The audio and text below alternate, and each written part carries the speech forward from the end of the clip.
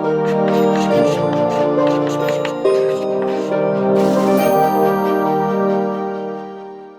Friends, हमारा fourth chapter चल रहा था जिसमें लास्ट वीडियो में हम लोग पहुंच गए हैं और चैप्टर का नाम था आय और रोजगार का निर्धारण, जिसमें अभी तक हम लोगों ने 14-15 वीडियोस बना लिए हैं जिसमें हर एक में आय का निर्धारण की बात की है। एक ही वीडियो में हमारा रोजगार का निर्धारण निपट जाएगा। क्यों?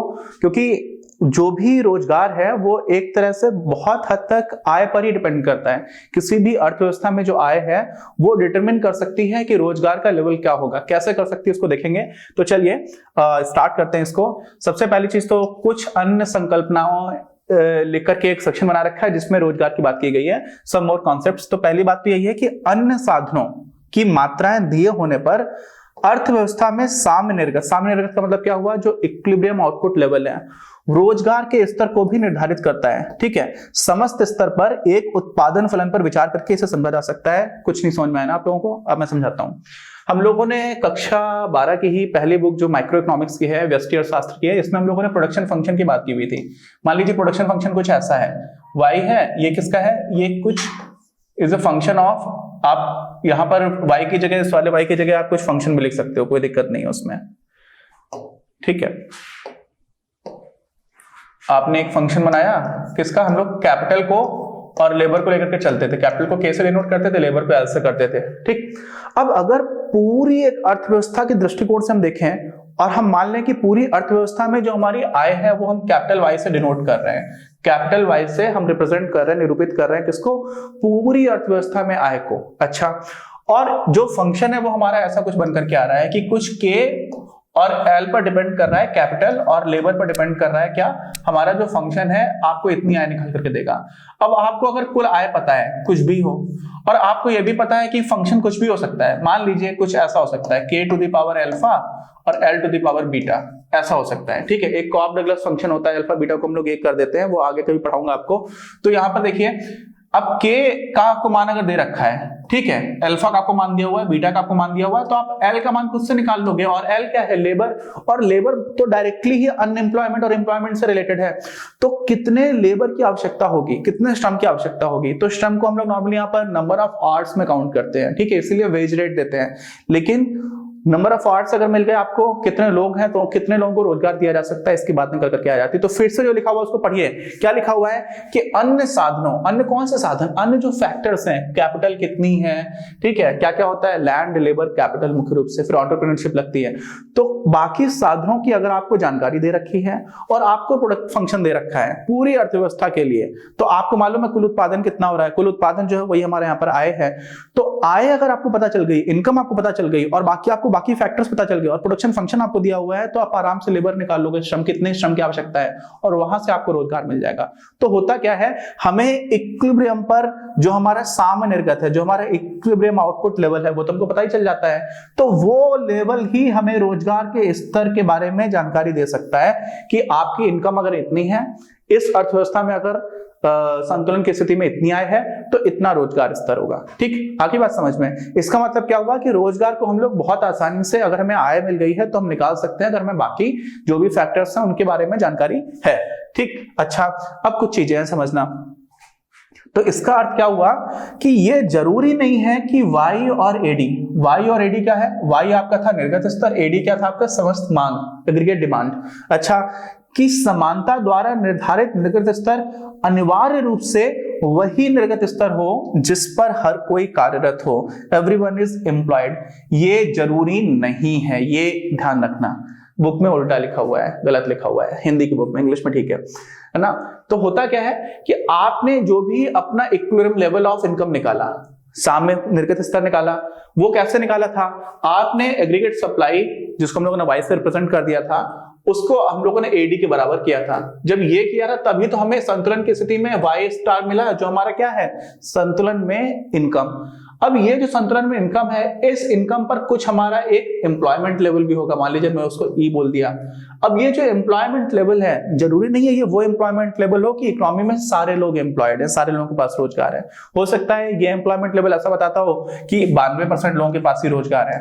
ठीक है, तो हो सकता है 92% लोग ही रोजगार हैं, 8% लोग बेरोजगार हैं, ऐसा हो सकता है। ठीक है, तो यहाँ पर क्या है, ये जरूरी नहीं है कि जो आपका इक्विलिब्रियम लेवल ऑफ इनकम है उसमें सारे लोग एम्प्लॉयड हो, ये बिल्कुल भी जरूरी नहीं है। और यहाँ पर एक और बात समझिएगा, यहाँ पर जब हम लोग एम्प्लॉयड की बात कर रहे हैं ना, तो मुख्य रूप से तो हम श्रम की बात करते हैं, लेकिन बाकी संसाधनों की भी बात हो जाती है। ठीक है, जैसे पूर्ण रोजगार हम लोग जब बोलेंगे और बोला जाए कि पूर्ण रोजगार पर आय स्तर, तो पूर्ण रोजगार पर आय स्तर में हम लोग किसी भी अर्थव्यवस्था के जितने साधन हैं उन सारे साधनों का फुल एम्प्लॉयमेंट होने के बाद जो हमारी आय निकल करके आएगी उसको हम लोग बोलते हैं। तो क्या होता है, पूर्ण रोजगार पर आय स्तर, इसी को हम लोग इंग्लिश में बोलते हैं full employment level of income. ये क्या होता है, ये आय का वो स्तर होता है जहां उत्पादन के समस्त कारक, जो भी कारक हैं, वो उत्पादन प्रक्रिया में पूर्णतया रोजगार में है, पूर्णतया लगे हुए हैं। उस स्थिति में जो आपका आउटपुट लेवल निकल करके आएगा वो आपका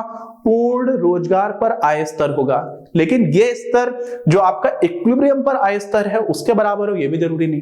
ठीक है, क्यों? क्योंकि यहां पर तो ये वो स्तर मिल रहा है जब आपने सारे संसाधन लगा दिए। इक्विलिब्रियम पर आपको कैसे आय स्तर मिल रहा था, आपने समस्त मांग को बराबर कर दिया था निर्गत के। ठीक है, तो वहां से आपको मिल गया था। ठीक, अच्छा, ये ग्राफ हम लोग पढ़ ही चुके हैं कब, जब हम लोगों ने मितव्ययिता का विरोधाभास, पैराडॉक्स ऑफ थ्रिफ्ट को पढ़ा था। ठीक है, तो उसमें वही था, हमारा एग्रीगेट डिमांड फंक्शन जो है वो ऐसे करके घूम जाता है। क्यों? क्योंकि आपका जो सी था, मार्जिनल प्रोपेंसिटी टू कंज्यूम, वो कम हो जाता है और ये हमारा एग्रीगेट सप्लाई है।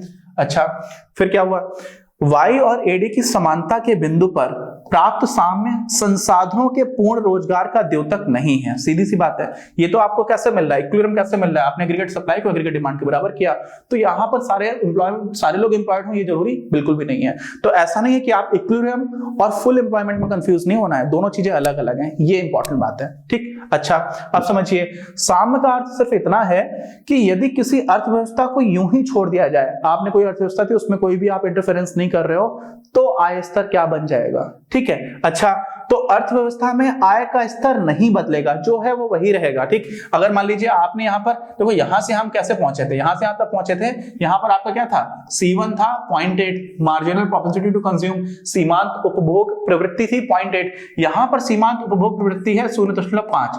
तो जब ये प्रवृत्ति आपकी बदल गई थी तब आप पहुंचे, लेकिन आप नहीं बदल रहे प्रवृत्ति, अर्थव्यवस्था को आपने ऐसा कैसे ही छोड़ रखा है, तो जो आपका पहला E1 था यही आपका स्तर बना रहेगा। और इस स्तर से जो आपका Y*1 निकल करके आया है, क्या लिखा हुआ है यहाँ पर, Y*1, ये जो आपका आउटपुट लेवल है या आय का स्तर है ये बना रहेगा, इसमें कोई छेड़खानी नहीं होगी, भले ही उस अर्थव्यवस्था में बहुत सारे लोग बेरोजगार हों। ठीक है, तो क्या है, चाहे भले ही अर्थव्यवस्था में बेरोजगारी मौजूद हो, तो ऐसा बेरोजगारी मौजूद है, बेरोजगारी बनी रहेगी, लेकिन आपका इक्विलिब्रियम लेवल ये बना रहेगा। तो वो बेरोजगारी खत्म कैसे की जा सकती है, हम लोगों ने देखा था कि हम लोग क्या कर सकते हैं, इन्वेस्टमेंट बढ़ा सकते हैं। और इन्वेस्टमेंट कौन कौन बढ़ा सकता है, गवर्नमेंट बढ़ा सकती है, प्राइवेट सेक्टर बढ़ा सकता है। सो गवर्नमेंट ऐसी योजनाएं बना सकती है कि प्राइवेट सेक्टर ज्यादा इन्वेस्ट करना स्टार्ट करे। क्यों? क्योंकि जब इन्वेस्टमेंट बढ़ेगा तो आपका एग्रीगेट डिमांड लेवल ऊपर चला जाएगा, ऊपर चला जाएगा तो आपका आउटपुट लेवल ज्यादा आ जाएगा, आउटपुट लेवल ज्यादा आएगा तो उसके लिए आवश्यक होगा कि और लोगों को एम्प्लॉयमेंट मिले। ठीक है, सामान्यतः आउटपुट लेवल बढ़ाने के लिए हमें और लोगों के रोजगार की आवश्यकता होती ही है। तो ऐसी स्थिति में हम लोग क्या कर सकते हैं, रोजगार दूर करने के लिए हमें इंटरफेयर करना पड़ेगा। हमें क्या करना पड़ेगा, छेड़खानी की जाए। यहां पर क्या है, यहां पे यूं ही छोड़ दिया जाए, यहां पर कोई इंटरफेरेंस नहीं हो रहा है, उस स्थिति में आपका जो इनकम लेवल है वो उतना ही बना रहेगा। तो उसको हम लोग बोलते हैं इक्विलिब्रियम लेवल ऑफ इनकम। तो ये जो है ना आपका साम्य का अर्थ है ये इक्विलिब्रियम का, लेकिन फुल एम्प्लॉयमेंट पर जो इनकम लेवल है वो अलग बात है। ठीक, अच्छा, निर्गत का साम्य स्तर आगत के पूर्ण रोजगार के स्तर से अधिक या कम हो सकता है। क्या मतलब हुआ, आपका जो भी आउटपुट लेवल है इक्विलिब्रियम में, हो सकता है उस लेवल पर कुछ लोग बेरोजगार हों, तो इसका मतलब क्या हो जाएगा, फुल एम्प्लॉयड होते अगर सारे लोग, तो आपका जो आय स्तर है वो और ज्यादा हो गया होता। क्यों? क्योंकि जब सारे लोग रोजगार नहीं भी कर रहे हैं तब आपका ये स्तर आ रहा है। अब सारे लोगों को रोजगार मिल जाएगा, सारे लोगों को रोजगार का मतलब सिर्फ और सिर्फ लेबर से नहीं है, सारे संसाधनों को अगर हम फुली एम्प्लॉय कर दें तो जो हमारा आय का स्तर है वो और बढ़ जाएगा। तो पहली स्थिति में क्या हो रहा है कि जो हमारा निर्गत का साम्य स्तर है, निर्गत का साम्य का स्तर का मतलब क्या हुआ, इक्विलिब्रियम लेवल ऑफ आउटपुट, इसी को हम लोग इक्विलिब्रियम लेवल ऑफ इनकम भी बोल सकते हैं। यहां पर ये जो है आगत का मतलब क्या होता है, इनपुट्स में क्या क्या आता है, लैंड, लेबर, कैपिटल। ठीक है, तो सारे लैंड, लेबर, कैपिटल को अगर आपने एम्प्लॉयमेंट नहीं दिया हुआ है तो भी आपको निर्गत का साम्य स्तर मिल सकता है, और उल्टा भी हो सकता है कि आपका जो निर्गत जो स्तर है ना, साम्य स्तर, ये फुल एम्प्लॉयमेंट लेवल से भी ज्यादा है, सारे संसाधन लगे हुए हैं उससे भी ज्यादा लेवल निकल करके आ रहा है। वो कैसा हो सकता है, उसको हम लोग क्या बोलते हैं, तो उसको देखेंगे। ठीक, तो देखिए पहली स्थिति तो वो है यदि यह आगत के पूर्ण रोजगार स्तर से कम है, यह का मतलब क्या, आउटपुट, इक्विलिब्रियम इनकम, ठीक है। तो जो आपका इक्विलिब्रियम लेवल ऑफ आउटपुट है, इक्विलिब्रियम लेवल ऑफ इनकम है, तो यह इसलिए है कि मांग समस्त साधनों को रोजगार देने के लिए पर्याप्त नहीं है। मतलब क्या हुआ, जो आपका एग्रीगेट डिमांड है, समस्त मांग है, वही तो आपका इक्विलिब्रियम लेवल डिसाइड कर रही थी इनकम का। तो अगर आपकी इक्विलिब्रियम लेवल जो है वो कम है, आपकी जो एग्रीगेट डिमांड है, समस्त मांग है, वो कम है, और उस हिसाब से आपका कुछ इक्विलिब्रियम लेवल ऑफ इनकम निकल करके आ गया। अब ये इक्विलिब्रियम लेवल ऑफ इनकम उतना ही है जिसमें सारे संसाधनों को पूरा पूरा एम्प्लॉय करने की जरूरत ही नहीं है। तो ऐसा इसीलिए हो रहा है, तो यह इसलिए है कि मांग समस्त साधनों को रोजगार देने के लिए पर्याप्त नहीं है, मांग ही कम है। इसको हम लोग बोलते हैं डेफिशिएंट डिमांड की सिचुएशन। क्या बोला जाता है हिंदी में, न्यून मांग की स्थिति, ठीक है। तो न्यून मांग की स्थिति का मतलब बोलते हैं सिचुएशन ऑफ डेफिशिएंट डिमांड। तो ये ऐसी स्थिति हुआ करती है, ठीक है। और ऐसी स्थिति में क्या होगा, लॉन्ग रन में जो कीमतें हैं वो कम होती चली जाएंगी। क्यों हो जाएगी कम, यहाँ पर डिफ्लेशन की स्थिति आ जाती है। डिफ्लेशन इन्फ्लेशन का उल्टा होता है। इन्फ्लेशन होता है महंगाई, डिफ्लेशन होता है कीमतों को गिरता चला जाना। तो ऐसा इसलिए होता है कि और लोगों के पास जब बेरोजगारी, जब बहुत सारे लोगों को आपने एम्प्लॉय नहीं किया हुआ है संसाधनों को, तो उस स्थिति में धीरे धीरे क्या होता है कि जब मांग कम है, उत्पादन ज्यादा है, तो क्या होता है कि वस्तुओं की कीमतें गिरना स्टार्ट हो जाती है। और अगर इसका उल्टा हो, अब ये जो यहाँ पर देखिए ग्राफ बना हुआ है ना, ये एक्सेस डिमांड का है, यहाँ पर मांग अधिक हो रही है, लेकिन ये हमारा यहाँ पर तुम लोग बता रहे हो उससे डायरेक्टली लिंक नहीं है, बस एक्सेस डिमांड के लिए आपको बता दिया। जो हम लोगों ने माइक्रो इकोनॉमिक्स व्यष्टि अर्थशास्त्र में पढ़ा था, तो उससे डायरेक्टली यहाँ पर रिलेट मत करिएगा, मतलब सिर्फ एक्सेस डिमांड को रिप्रेजेंट करता है, जो सही बात है। यदि निर्गत का साम्य रोजगार स्तर, मतलब क्या हुआ, निर्गत का साम्य, निर्गत का साम्य का मतलब क्या हुआ, इक्विलिब्रियम लेवल ऑफ आउटपुट, उस लेवल पर जो भी एम्प्लॉयमेंट है, वो जो रोजगार स्तर है, उस स्तर पर अगर क्या हो, पूर्ण रोजगार के स्तर से अधिक हो, मतलब यहां पर जो आपका इक्विलिब्रियम आ रहा है, जो भी आ रहा है, मान लीजिए 250 आ रहा है, 250 पर मान लीजिए आपको, मान लेते हैं सिर्फ श्रम की अगर बात करें तो आपको मान लीजिए 100 श्रम की आवश्यकता है, लेकिन इकोनॉमी में 80 ही श्रम मौजूद है। तो ऐसे में क्या हो रहा है कि आपको इक्विलिब्रियम बता रहा है कि भाई आपको 250 चीजें बनानी है, टोटल आउटपुट लेवल, और साथ ही में वहां पर 100 श्रम की आवश्यकता है, लेकिन इकोनॉमी में कितना श्रम है, 80 ही है। तो ऐसे में क्या हो रहा है, ऐसा क्यों हो रहा है, तो क्या होगा, लेकिन अल्टीमेटली पहुंचेगा 250 ही, और 100 श्रम ही लगेगा, तो आपको बाहर से लेकर क्या होगा, कुछ भी आपको करना पड़ेगा। लेकिन उस स्थिति में क्या होगा, पूर्ण रोजगार के स्तर से, पूर्ण रोजगार में तो आप 80 श्रम ही लगा सकते हो, तो 80 श्रम से भी अगर अधिक है, 80 श्रम पूरा लगा दोगे फिर भी आपको 250 नहीं मिलेगा, 100 पर मिलना है। और पूर्ण रोजगार, क्योंकि अर्थव्यवस्था में 80 लोग ही हैं, तो 80 लोगों को ही आपने श्रम दे दिया, एकदम सिंपल समझोगे तो ऐसा क्या हो जाएगा। तो ऐसा इसलिए होता है कि जो मांग है वो पूर्ण रोजगार पर उत्पादित उत्पादन स्तर से अधिक है। आपको जो 250 की मांग हो रही है ना, ये कहां से आया, ये एग्रीगेट डिमांड को आपने बराबर किया था एग्रीगेट सप्लाई के, तो एग्रीगेट डिमांड ही इतनी ज्यादा है कि आप सारा एम्प्लॉयमेंट दे रहे हो, उसके बाद भी डिमांड ज्यादा है, तो इसलिए क्या हुआ, मांग ज्यादा है। तो इसको हम लोग बोलते हैं सिचुएशन ऑफ एक्सेस डिमांड। क्या बोलते हैं, situation of excess demand, Hindi में इसको बोलते हैं अत्यधिक मांग की स्थिति, ठीक है। तो अत्यधिक मांग की स्थिति में ऐसा होता है, तो ऐसे में क्या हो जाता है, आप सारे रिसोर्सेस तो जितने हैं आप उतने ही लगा पाओगे, तो यहां पर जब मांग ज्यादा है उतना उत्पादन नहीं हो सकता, क्यों, सारा आपने सब कुछ को एम्प्लॉयमेंट दे दिया, उसके बाद से कैसे लेकर के आओगे।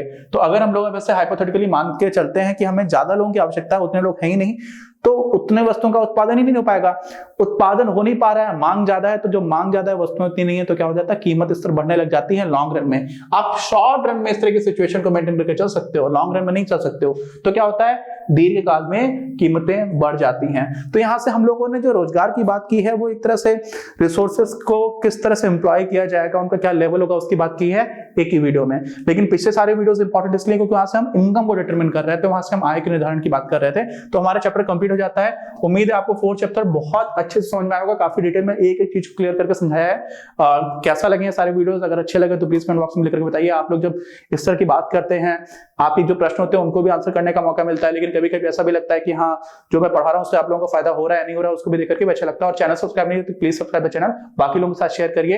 बोर्ड एग्जाम्स आने वाले हैं, सभी लोगों को ऑल द बेस्ट, और हमारी कोशिश है कि जल्दी से जल्दी आपके लिए सिलेबस कंप्लीट किया जाए। मिलते हैं हम लोग अपने अगले चैप्टर के साथ अगले वीडियो में। 3rd चैप्टर को अभी हम लोग ने रिलीज नहीं किया, तो 3rd चैप्टर पहले रिलीज करूंगा, फिर 5th चैप्टर और 6th चैप्टर पे जाऊंगा। मिलते हैं।